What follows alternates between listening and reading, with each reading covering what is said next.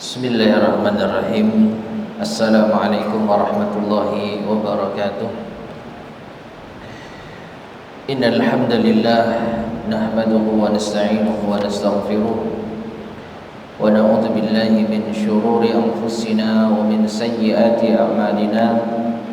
Man yahdihillahu fala mudilla lahu wa man yudlil fala hadiya lahu. وأشهد أن لا إله إلا الله وحده لا شريك له وأشهد أن محمدا عبده ورسوله اللهم صل وسلم وبارك على نبينا محمد وعلى آله وأصحابه ومن تبعهم بإحسان إلى يوم الدين أما بعد معاشر المسلمين rahimani wa rahimakumullah.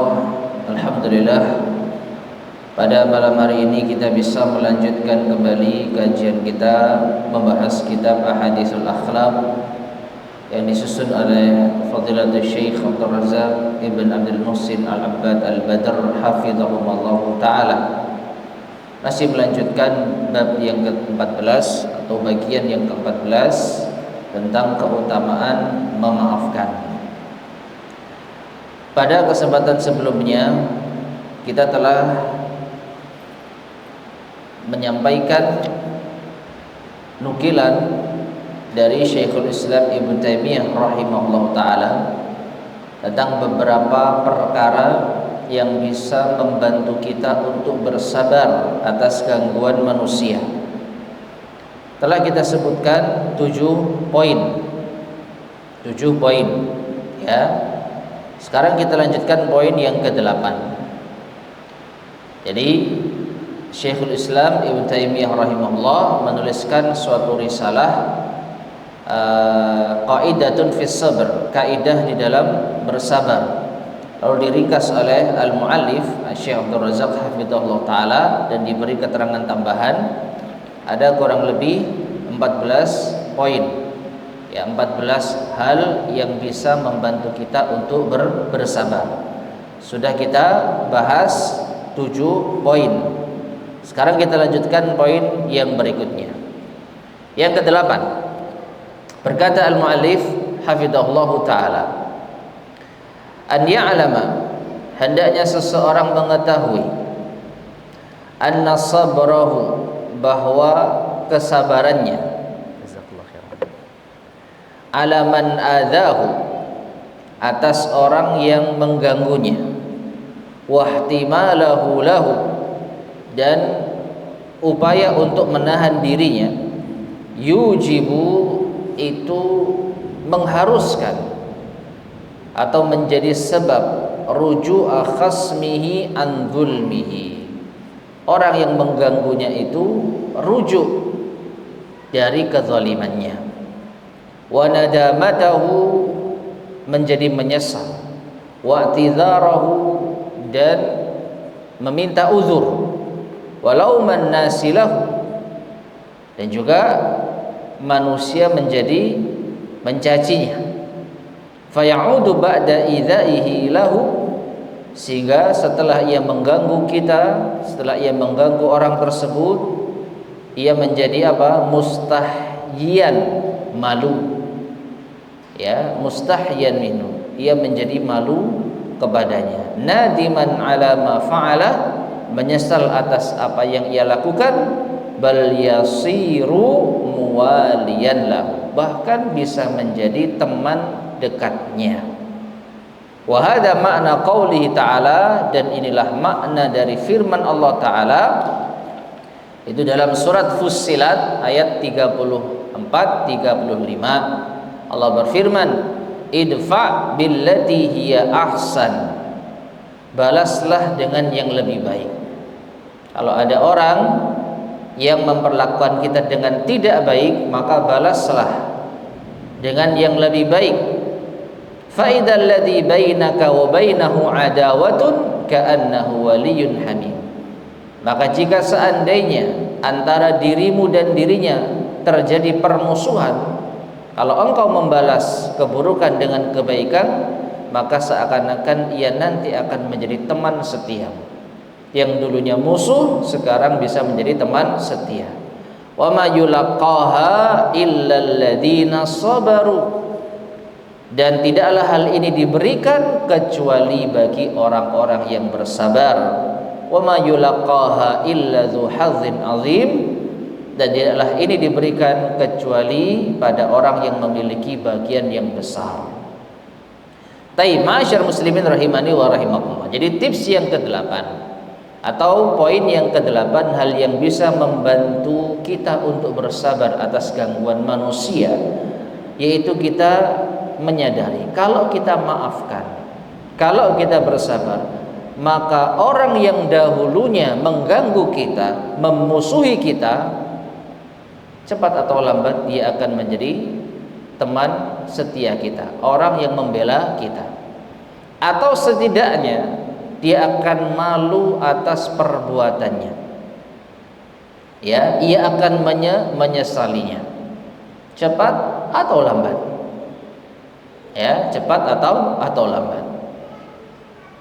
Jadi kalau kita bersabar, kalau kita tidak membalas, kalau kita tidak dendam, apalagi kalau kita iringi dengan doa semoga orang-orang yang mengganggu kita mendapatkan hidayah, dilembutkan hatinya, ya, maka ini tentu lebih baik.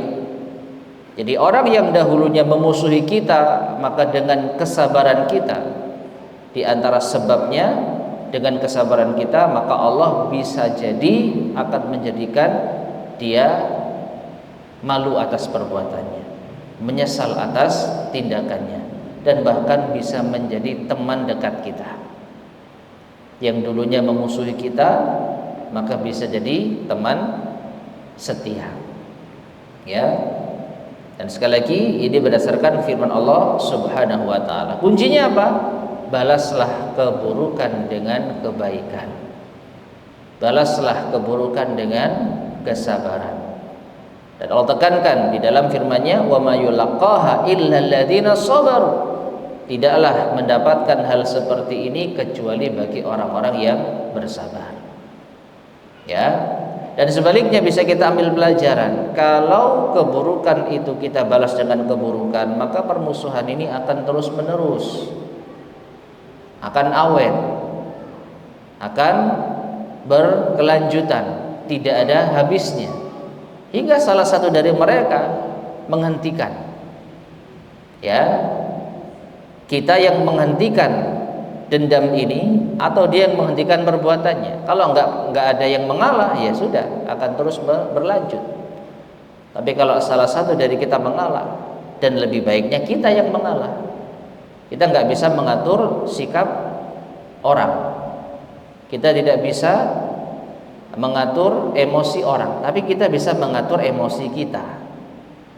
Kita bisa mengatur jiwa kita.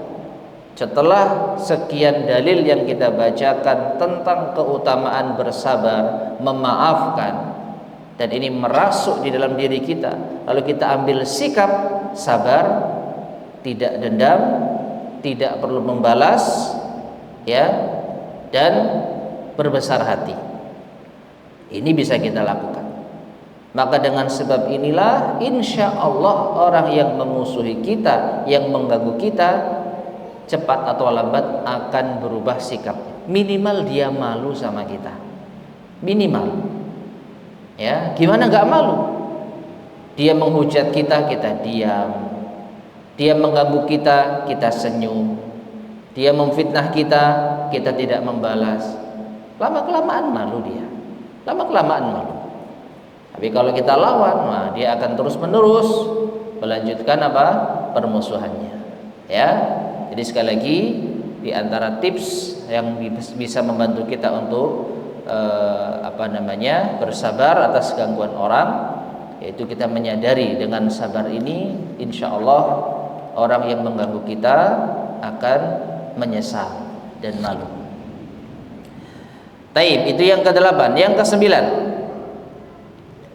berkata al-mu'allif rahimahullah, an yatanabbah, hendaknya ia menyadari, memperhatikan, annahu rubbama kana intiqamuhu, bisa jadi kalau dia membalas, kalau dia melampiaskan dendamnya, wa muqabalatuhu, ya, dan dia terus merespon keburukannya dengan membalas, sababan, ini bisa menjadi sebab li ziyadati syarri khasmihi, bertambah keburukan orang yang mengganggu kita, wa quwwati nafsi, semakin menguatkan jiwanya, wa fikratihi min anwa'il adha, dan semakin melebarkan pemikirannya untuk mengganggu kita dengan beraneka ragam gangguan, allati yusiluha ilaih, yang akan dia lakukan, kama huwal musyahad, seperti yang disaksikan,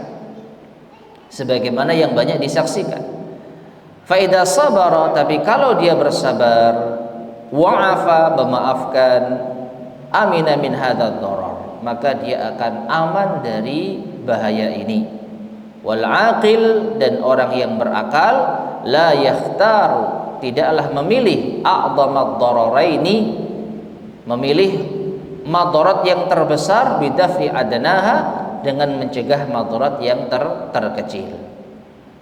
Wa kam, dan betapa banyak, qad jalabal intiqam wal muqabalah, dendam dan perlawanan, mengambil perhitungan, ya, betapa banyak ini menjadi sebab min syarrin, keburukan, ajaza sahibuhu an daf'ihi, yang ia tidak mampu untuk mencegahnya.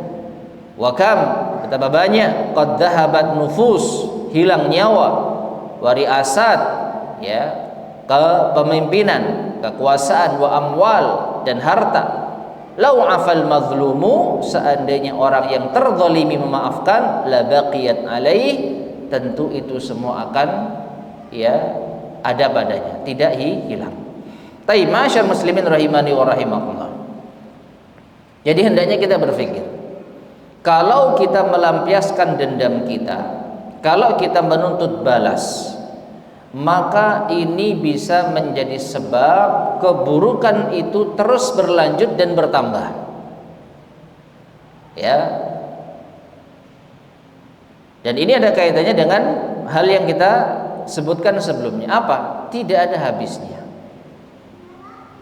Ketika setiap gangguan kita respon, kita balas, kita ambil perhitungan, maka orang yang mengganggu kita akan melakukan tindakan yang lebih berat lagi. Ia akan melakukan tindakan yang lebih membahayakan lagi. Tidak ada habisnya. Apalagi orang yang mengganggu kita merasa punya harga diri yang tinggi, tidak terima.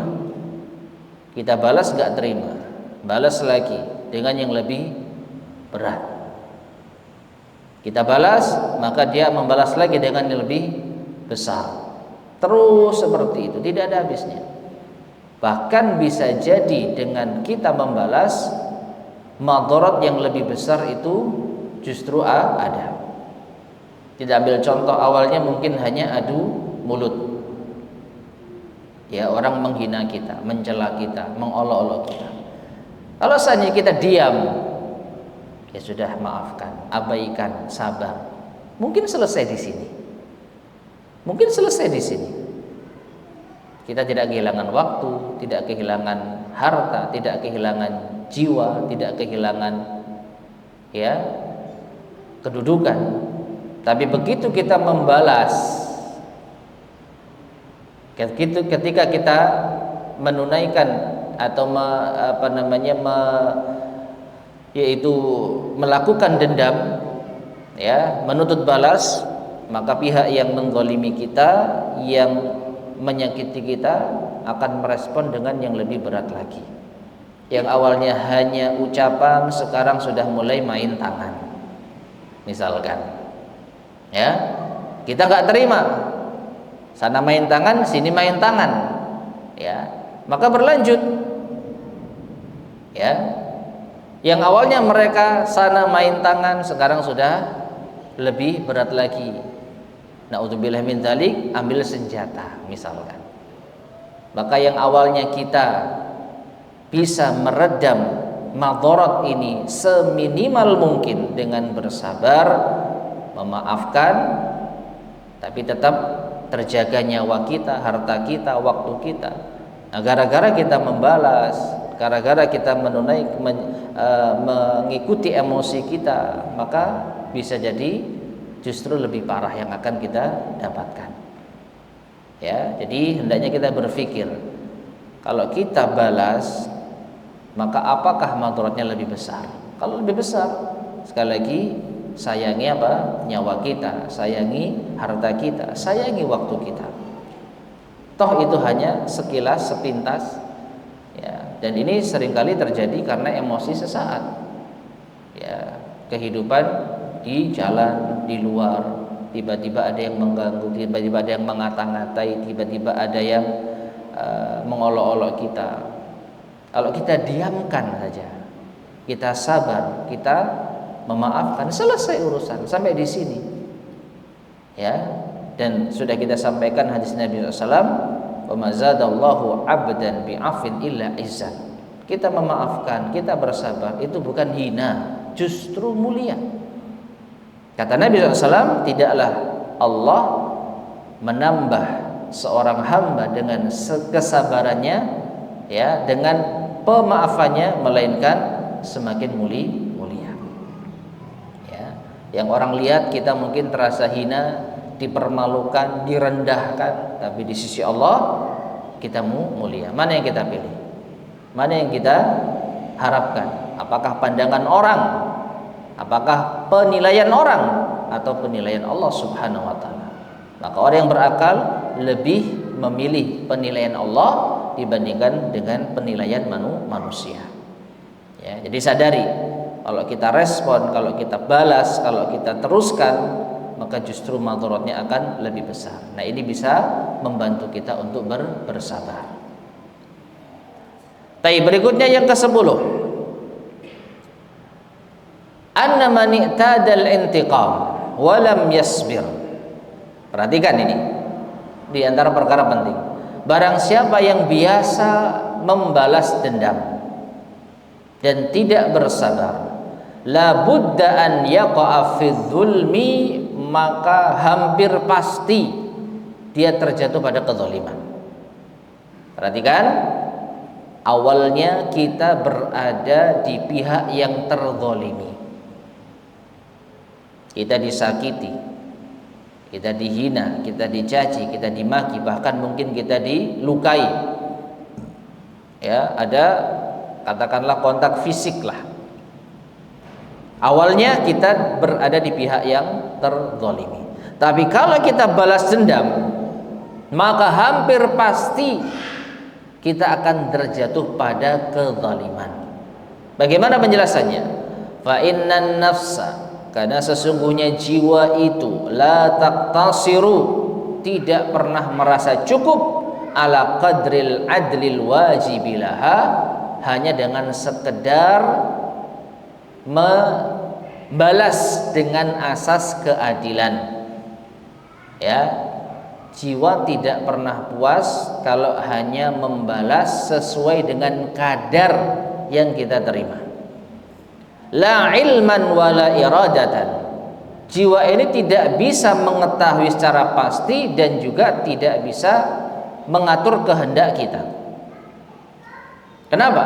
Wa rubbama ajizat 'anil ikhtisar ala qadril haqqi. Bahkan terkadang, ya, atau seringnya kita nggak mampu untuk membalas dendam sesuai dengan kadar yang hak, ya, kadar yang betul-betul pas. Fa innal ghadab, karena kemarahan, yakhruju bi sahibihi ila haddin, ini akan keluar, ya, akan timbul pada pelakunya, orang yang marah akan sampai pada haddin, tingkatan la yaqilu ma yaqul, tidak bisa memahami apa yang ia ucapkan, wa yaf'al, dan tidak bisa menahan apa yang ia lakukan. Fal mazlumu yantadhirun nasr wal izza, maka harusnya orang yang terzalimi itu menanti pertolongan dan kemuliaan dari Allah dengan sabar. Fa idzan qalaba zaliman, tapi kalau dia berubah menjadi pihak yang menzalimi, fasayantadhirul maqta wal uqubah, maka justru yang ia nanti adalah kemurkaan Allah dan hukuman dari Allah. Ma'asyar muslimin rahimani wa rahimakumullah. Ya. Contoh sederhana, ketika kita katakanlah dikata-katai, ketika kita dicaci maki, ya, yang kita dengarkan cacian dan makian, tapi bagaimana ucapan yang sampai ke kita? Apa ucapannya, kemudian berapa kata yang diucapkan? Ini kadang-kadang kita nggak bisa menghitung dengan tepat. Yang ada apa? Ketika kita dimaki dan dicaci, langsung keluar kata-kata yang lebih dahsyat daripada cacian yang kita rasakan. Anggaplah kalau kita hitung-hitungan, orang mencaci kita dengan satu kata, maka kita bisa mengeluarkan berapa kata untuk membalas caciannya? Ya, bisa 2, bisa 3, bisa nggak habis-habis. 10 kata keluar semua, kata-kata kotor. Padahal orang hanya mencaci kita dengan satu kata. Orang memukul kita dengan satu pukulan. Ya. Orang memukul kita dengan satu pukulan. Maka yang namanya emosi, yang namanya marah, itu tidak bisa mengendalikan pembalasan. Kita akan membalas 2 kali, 3 kali, 4 kali. Bahkan katakanlah kita kalaupun niat membalas dengan sekali, berapa kekuatan balasan kita? Ya, anggaplah pukulan orang ke kita, kalau dihitung itu kecepatannya sekian kilometer per jam, berat beban yang sampai ke kita itu hanya sekian gram. Kita membalas sekali, tapi pukulannya kencang. Apakah setimpal? Apakah adil? Apakah hitungannya sama persis? Tidak. Ya, dia mukul kita sekali dengan pukulan yang ringan, kita membalas sekali tapi pukulannya kencang. Maka di situ ada kelebihan pukulan yang itu ada hitungannya di sisi Allah Subhanahu wa taala. Berarti awalnya kita terzolimi, yang harusnya dengan sabar kita menanti pahala, kita menanti kemuliaan dari Allah, tapi gara-gara kita membalas dengan balasan yang lebih besar, justru kita berada pada pihak yang zalim. Nah, kalau sudah zalim, apa yang kita nanti? Murka Allah. Apa yang kita tunggu? Hukuman dari Allah Subhanahu wa ta'ala. Jadi manusia nggak akan pernah bisa memperkirakan pembalasan yang setimpal, jamaah sekalian. Bisa dikatakan hampir mustahil. Ya, hampir mustahil. Tadi kita sudah sampaikan, satu ucapan yang sampai ke telinga kita, cacian makian, maka kita balas dengan 3 makian, 3 cacian.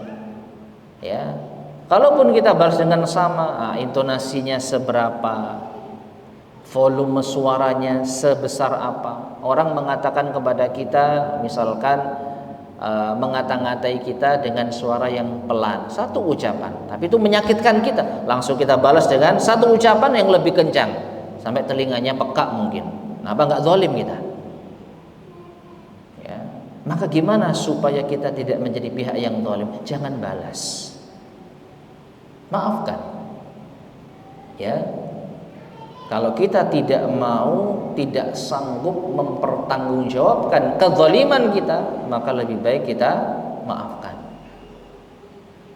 Ya, jadi sekali lagi harusnya kita ini mendapatkan ampunan Allah, mendapatkan kemuliaan dari Allah, mendapatkan rahmat Allah, kemuliaan dari Allah dengan sabar. Tapi gara-gara kita membalas, justru kita berada pada pihak yang mendolimi. Ya, nah ini insya Allah bisa membantu kita untuk bersabar. Taib. Berikutnya yang ke-11. Anna hadhil mazlamah, bahwasanya kezaliman ini, allati zulimaha, yang kita alami. Ya. Jadi kita mendapatkan kezaliman, kita mendapatkan gangguan. Hiya, sebenarnya ini adalah sababun, di antara sebab imma li takfiri sayyi'ati, untuk menghapus dosanya, au raf'i darajati, atau mengangkat derajatnya. Ini hal yang simpel. Gangguan yang kita terima, kezaliman yang kita rasakan, sebenarnya ini diantara sebab cara Allah untuk menghapus dosa kita atau mengangkat derajat kita. Fa'idan taqama, tapi kalau dia balas dendam, walam yasbir, dia tidak bersabar, lam takun mukaffiratan li sayyi'ati, maka tidak jadi mengangkat, tidak jadi menghapus dosa. Wala rafi'atan li darajati, dan tidak jadi mengangkat derajat. Ma'asyar muslimin rahimani wa rahimakumullah. Ada banyak cara Allah Subhanahu wa taala menghapus dosa-dosa kita dan mengangkat derajat kita. Dalam satu hadis disebutkan, tidaklah seorang muslim yang ditimpa kesusahan, kelelahan, kesulitan, sampai duri yang menancap di tubuhnya ketelusupan, tidaklah itu terjadi pada seorang muslim, melainkan itu bisa menghapus dosa dan mengangkat derajat. Syaratnya apa? Sabar. Syaratnya sabar. Nah, termasuk diantaranya omongan orang, cacian orang, gangguan orang. Bagaimanapun juga jiwa manusia merasa tidak nyaman. Mendengarkan cacian kita merasa sedih. Diganggu kita merasa resah. Nah, keresahan, kesedihan, kegundahan yang kita alami, kalau kita sikapi dengan sabar, maka ini akan menjadi sebab dihapuskannya dosa kita dan diangkatnya derajat kita. Nah, kalau kita berpikir seperti itu, insya Allah ini akan membantu kita untuk bersabar.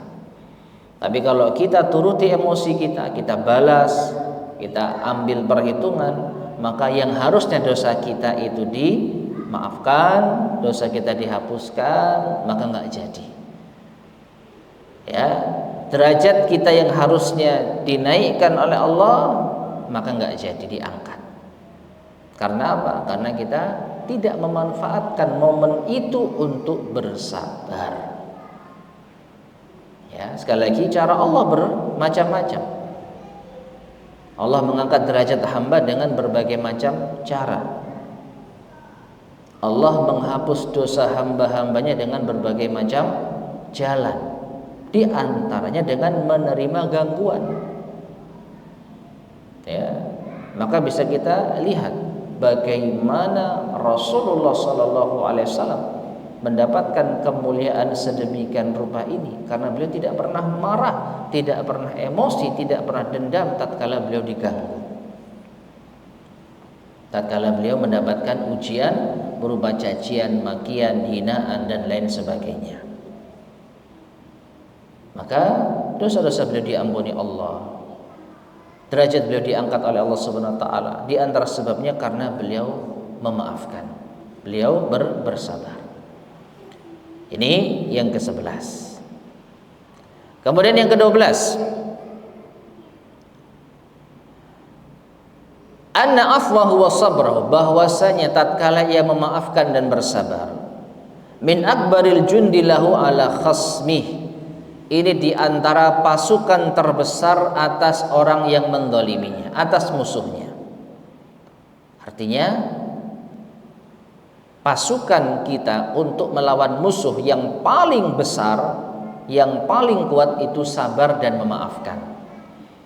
Fa inna man sabara, karena orang yang bersabar, wa'afa, dan memaafkan, kana sabruhu wa afuhu, maka kesabarannya dan dia memaafkan tersebut mujiban li dhulli aduwih, ini mengharuskan kehinaan bagi musuhnya, bagi orang yang zalim padanya. Wa khaufuhu wa khaufihi wa khasyatihi minhu, akan menjadi takut dan gentar padanya. Wa minan nasi, karena di antara manusia, fa innan nasa, atau dia menjadi takut dan khawatir terhadap dirinya dan kepada manusia. Fa innan nasa, karena manusia la yaskutuna an khasmi, tidak akan diam terhadap orang yang memusuhinya, menzaliminya. Wa in sakata huwa, meskipun yang dizalimi diam. Fa idan taqama, tapi kalau orang itu membalas, zala dzalika kullu, akan hilanglah peluang ini semua. Taib ma'asyar muslimin rahimani wa rahimakumullah. Kalau kita simpulkan, pihak yang terzalimi, pihak yang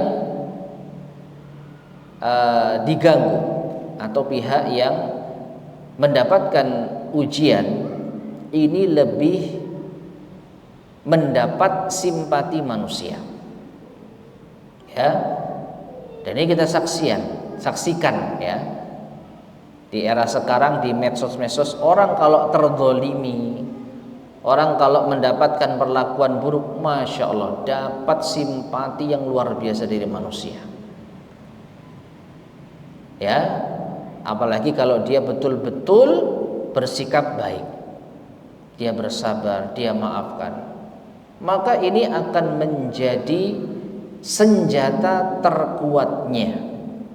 Akhirnya apa? Orang-orang bersimpati, dan sebaliknya orang-orang akan mencela, orang-orang akan memusuhi orang yang menzaliminya. Apalagi kalau sudah viral, akan membuat malu orang yang semena-mena. Ma'asyar muslimin rahimani wa rahimakumullah, meskipun bukan tujuan kita mendapat simpati dari manusia. Sekali lagi, jangan sampai kita, ya, dalam kondisi terzalimi mengharap simpati manusia. Karena apa gunanya simpati manusia tapi kalau Allah Subhanahu wa taala tidak mengasihi kita? Apalagi naudzubillah min dzalik, ini menjadi salah satu cara untuk mendapat keuntungan duniawi, yang kita kenal dengan apa istilahnya, playing victim, ya. Jadi kita merasa pihak yang terzalimi, kita merasa pihak yang diperlakukan dengan semena-mena. Tujuannya mencari simpati manusia untuk meraih keuntungan duniawi, ya. Maka ini niat yang keliru, ini niat yang salah. Jadi bukan untuk meraih ridha Allah, bukan untuk meraih ampunan dari Allah, tapi ingin memanfaatkan kondisi kita yang terzalimi untuk meraih keuntungan dunia. Bahkan kita rela untuk menghinakan diri demi dunia. Maka ini keliru. Jadi kita jangan mencari kehinaan.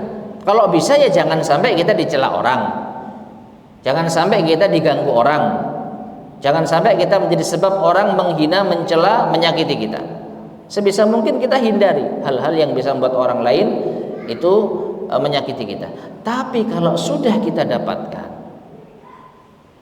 ya, tapi kalau ini sudah terjadi dan tidak bisa dihindari, maka dengan bersabar, dengan memaafkan, secara otomatis ini akan menjadikan manusia simpati pada kita. Nah, kalau manusia bersimpati pada kita, maka yang dicela adalah orang yang mengganggu kita, ya. Nah, jadi apa? Kesabaran kita dan memaafkan orang lain itu diantara pasukan terbesar kita untuk melawan orang yang menzalimi kita. Biarkan mereka yang bekerja, kita tetap diam, ya. Nanti orang lain akan komentar, orang lain akan menilai, dan ini akan membuat malu orang. Bagaimana tidak, ya. Masyarakat secara umum mencela dirinya, masyarakat secara umum mengata-ngatainya, ya. Bukan kita diam, kita sabar, kita maafkan, tapi orang lain yang melihat akan tahu. Nah, ini akan membuat orang itu malu. Nah, sekarang posisi yang hina siapa? Justru orang yang berbuat zalim. Posisi yang mulia siapa? Orang yang terzalimi. Jadi lawan kezaliman dengan sabar dan maaf, maka niscaya yang zalim itu akan terhina dan yang dizalimi akan mulia. Taib, yang ke-13, annahu idza afa an khasmihi, bahwasanya apabila ia memaafkan orang yang menyakitinya, orang yang memusuhinya. Istash'arat nafsu khasmihi annahu fawqahu. Ya. Maka jiwa orang yang memusuhi, jiwa orang yang menzalimi akan merasa bahwa pihak yang terzalimi itu berada di atasnya. Wa annahu qad rabaha alai, dan dia mendapat keuntungan darinya. Fala yazalul khasmu yara nafsahu dunah, maka pihak yang memusuhi, yang menzalimi senantiasa akan melihat dirinya itu di bawahnya. Wa kafa bihadza fadlan wa syarafan lil afwi, maka cukuplah ini menjadi kemuliaan dan keuntungan bagi orang yang memaafkan. Tapi masyaallah muslimin rahimani wa rahimakumullah. Kalau kita cermati, mengapa orang itu menyakiti kita? Mengapa orang itu mengganggu kita? Maka secara tidak kita sadari ini terjadi karena dia merasa kita lebih baik, karena dia merasa kita lebih tinggi, sehingga perlu untuk diusik, sehingga perlu untuk diganggu, sehingga perlu untuk disakiti. Nah, perasaan inilah yang menjadikan orang itu berbuat zalim. Entah karena hasad, entah karena perkara-perkara yang lain. Yang jelas orang kalau merasa orang yang ada di hadapannya itu lebih tinggi, lebih mulia, maka dia akan berusaha untuk mengusiknya, dia akan berusaha untuk mengganggunya. Nah, ini akan terus dia rasakan selama dia terus-menerus mengganggu kita. Jadi sebenarnya kita berada di pihak yang diuntungkan. Ya. Karena apa? Sekali lagi, kalau orang itu tidak menginginkan sesuatu di balik mengganggu kita, ngapain dia rela mengusik kita? Ngapain dia rela mengganggu kita?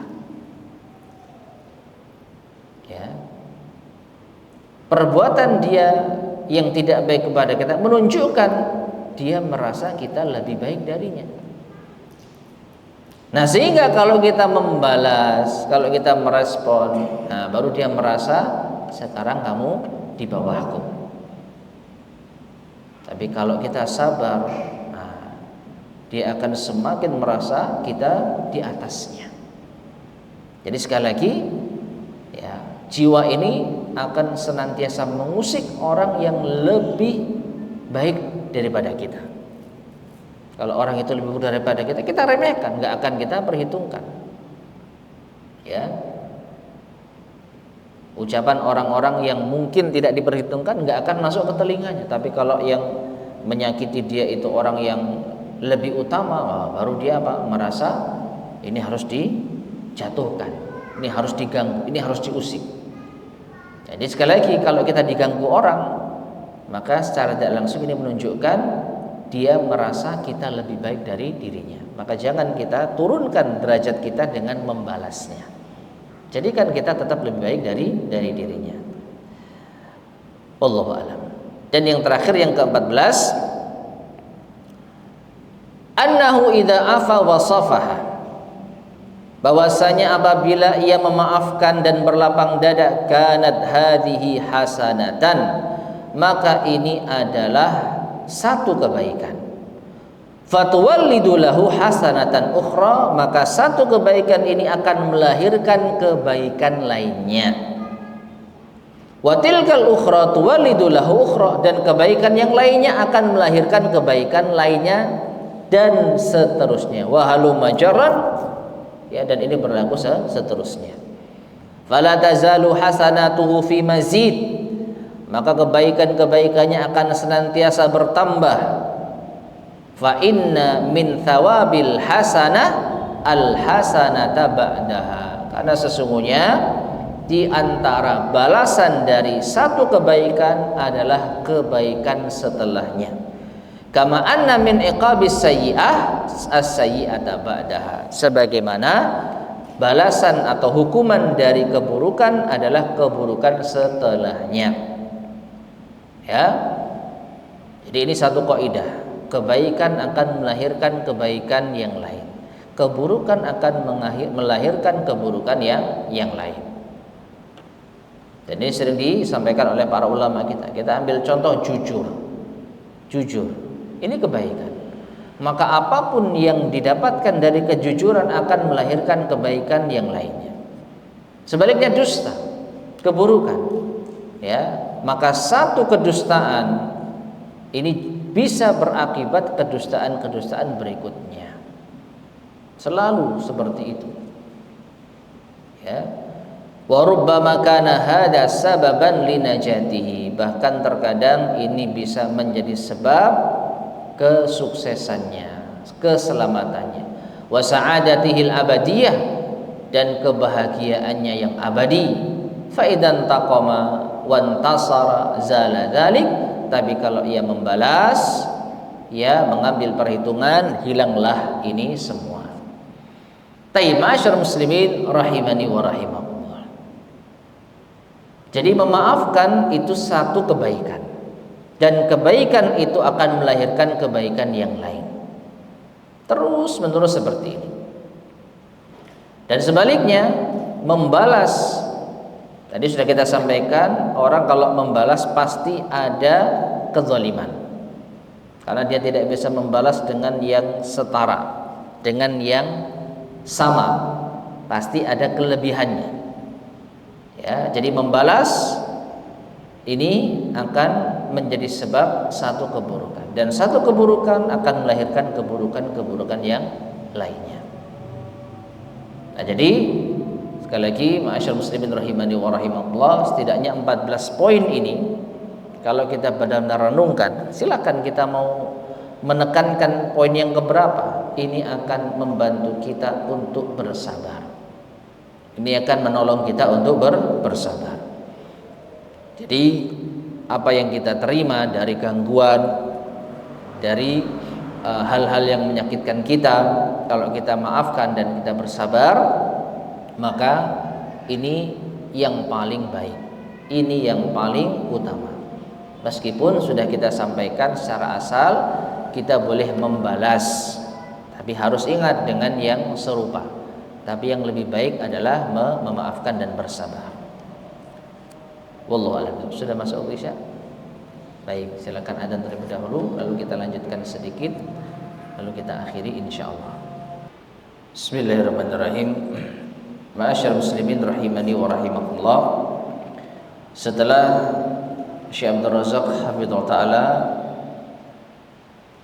menjelaskan tentang ucapan Syekhul Islam Ibnu Taimiyah rahimahullah tentang beberapa poin yang bisa membantu kita untuk bersabar, selanjutnya beliau mengatakan, faman yata'ammal fi hadhil ma'ani al-'azimah, maka siapa yang mencermati makna-makna yang agung ini, sayakunu laha wala budda, maka setidaknya atau seharusnya hal ini memiliki asarun, pengaruh, ala qalbi, di dalam dirinya, di dalam hatinya, wa ta'thirun fi nafsih, dan akan membekas di dalam jiwanya, afwan wa safhan wa tajawuzan, agar dia memaafkan, agar dia berlapang dada, agar ia memaklumi amman asaa ilaih, orang yang berbuat buruk padanya.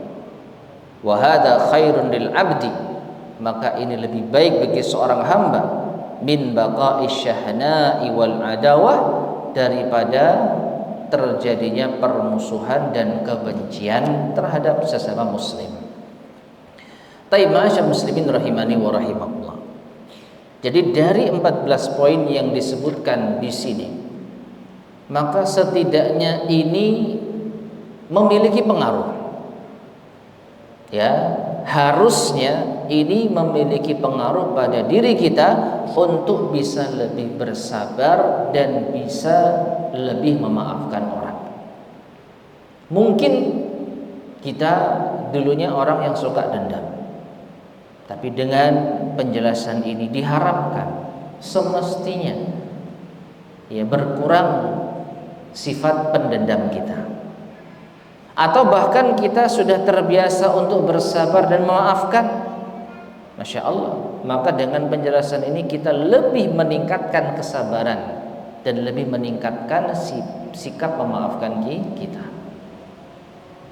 Ya, jadi sekali lagi beliau berharap dengan penjelasan ini setidaknya ini membuat kita lebih baik di dalam bersabar dan memaafkan. Jadi sekali lagi ada 14 poin yang telah kita sampaikan, ya, secara lengkap mungkin bisa disimak, ya, murojaah melalui rekaman kajian yang ada, ya, insyaallah seperti itu. Tapi ma'asyar muslimin rahimani wa rahimakumullah, dan bisa kita lihat ya betapa berilmunya Syekhul Islam Ibnu Taimiyah rahimahullah. Jadi beliau bisa merumuskan hal-hal mendetail yang ini bisa membantu kita untuk bersabar. Coba kalau kita tidak merenungkan ini, nggak kepikiran kita. Ya, sebagian mungkin bisa kita cerna dengan mudah, tapi sebagian yang lain mungkin kita nggak kepikiran. Contohnya tadi, ya, contohnya poin yang tadi sempat kita sampaikan, poin yang ke-10 apa? Membalas pasti ada unsur kezaliman.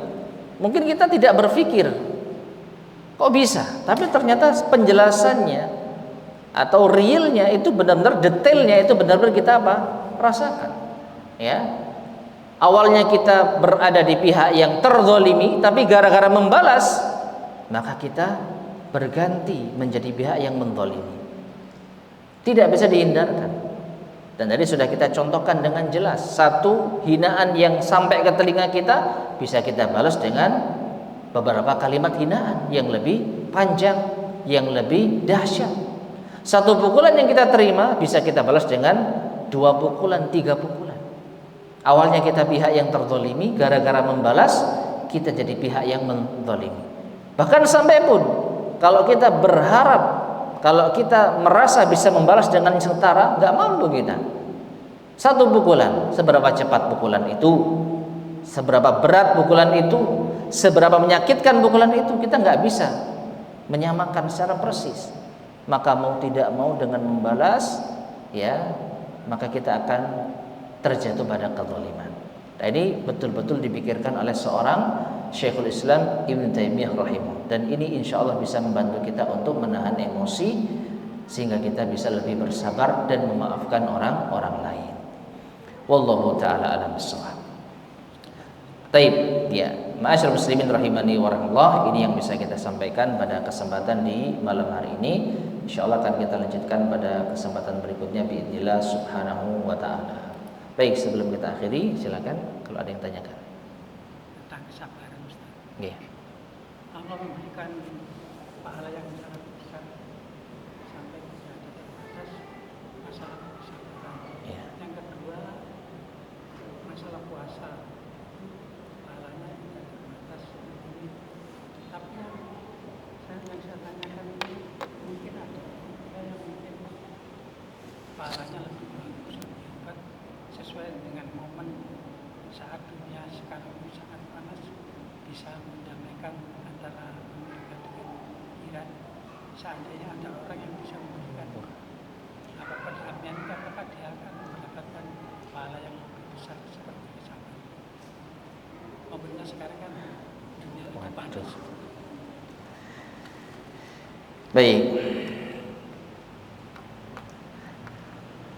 Tadi poin yang pertama dan kedua itu sudah benar, ya. Sudah benar. Jadi di antara amalan yang pahalanya tanpa batas bersabar dan berpuasa, ya. Sabar dalilnya innama yuwaffas sabiruna ajrahum bighairi hisab. Orang yang bersabar akan disempurnakan pahalanya tanpa batas. Ya, sedangkan puasa as-siyamu li, kata Allah dalam hadis qudsi, puasa itu untukku, wa ana ajzibih, aku akan membalasnya. Jadi tergantung Allah. Allah bisa membalas dengan berapa kali lipat, tergantung Allah. Kemudian yang berikutnya ini yang jadi sedikit masalah. Apa itu masalah dunia gitu ya. Kalau ada orang yang bisa mendamaikan negara yang sedang bertikai, itu kayaknya lebih baik, begitu Pak ya. Terus siapa Pak? Ya. Ma'asyar muslimin rahimani wa rahimakumullah. Ada satu hadis dari Nabi sallallahu alaihi wasallam yang patut untuk kita cermati agar kita tidak sibuk dengan memikirkan apa yang di luar jangkauan kita. Ya, saya coba carikan hadisnya.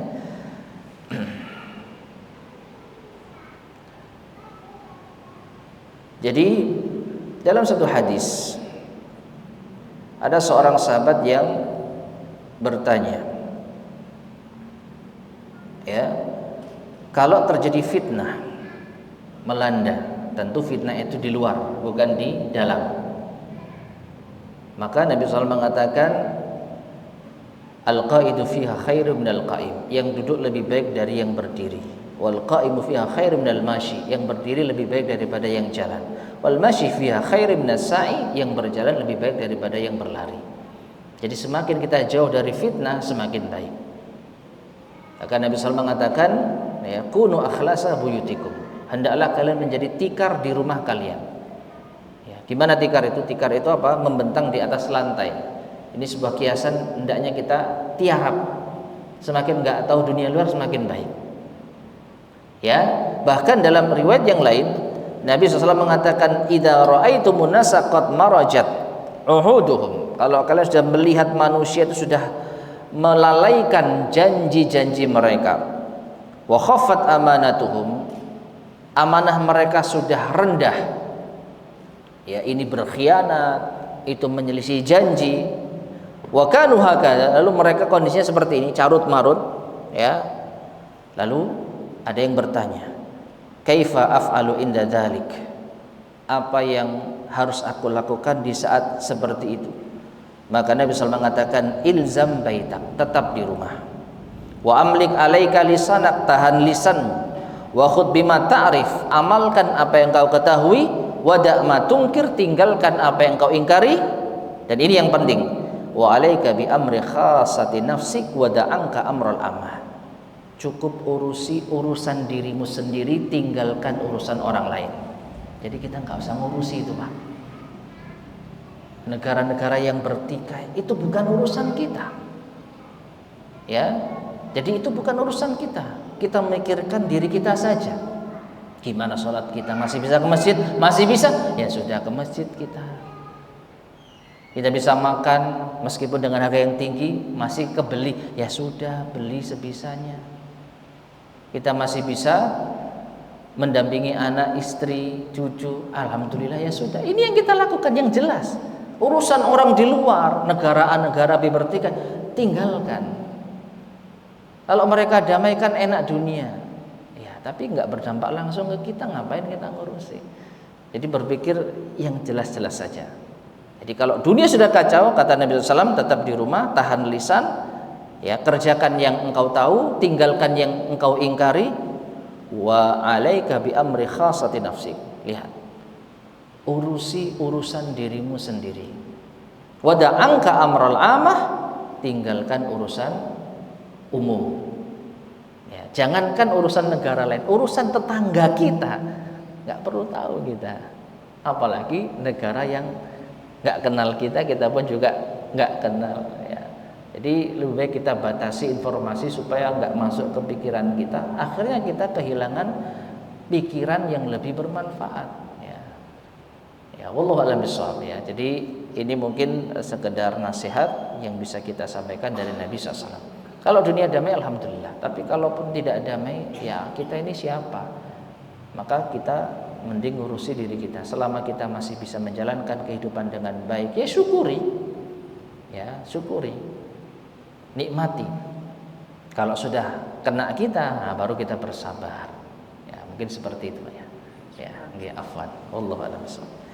Baik ma'asyar muslimin rahimani wa rahimakumullah, mungkin ini yang bisa kita sampaikan pada kesempatan di malam hari ini. Mudah-mudahan bermanfaat, kurang lebihnya saya mohon maaf. Kita akhiri, subhanakallahumma bihamdika asyhadu an la ilaha illa anta astaghfiruka wa atubu ilaik. Walhamdulillahirabbil alamin. Wassalamualaikum warahmatullahi wabarakatuh.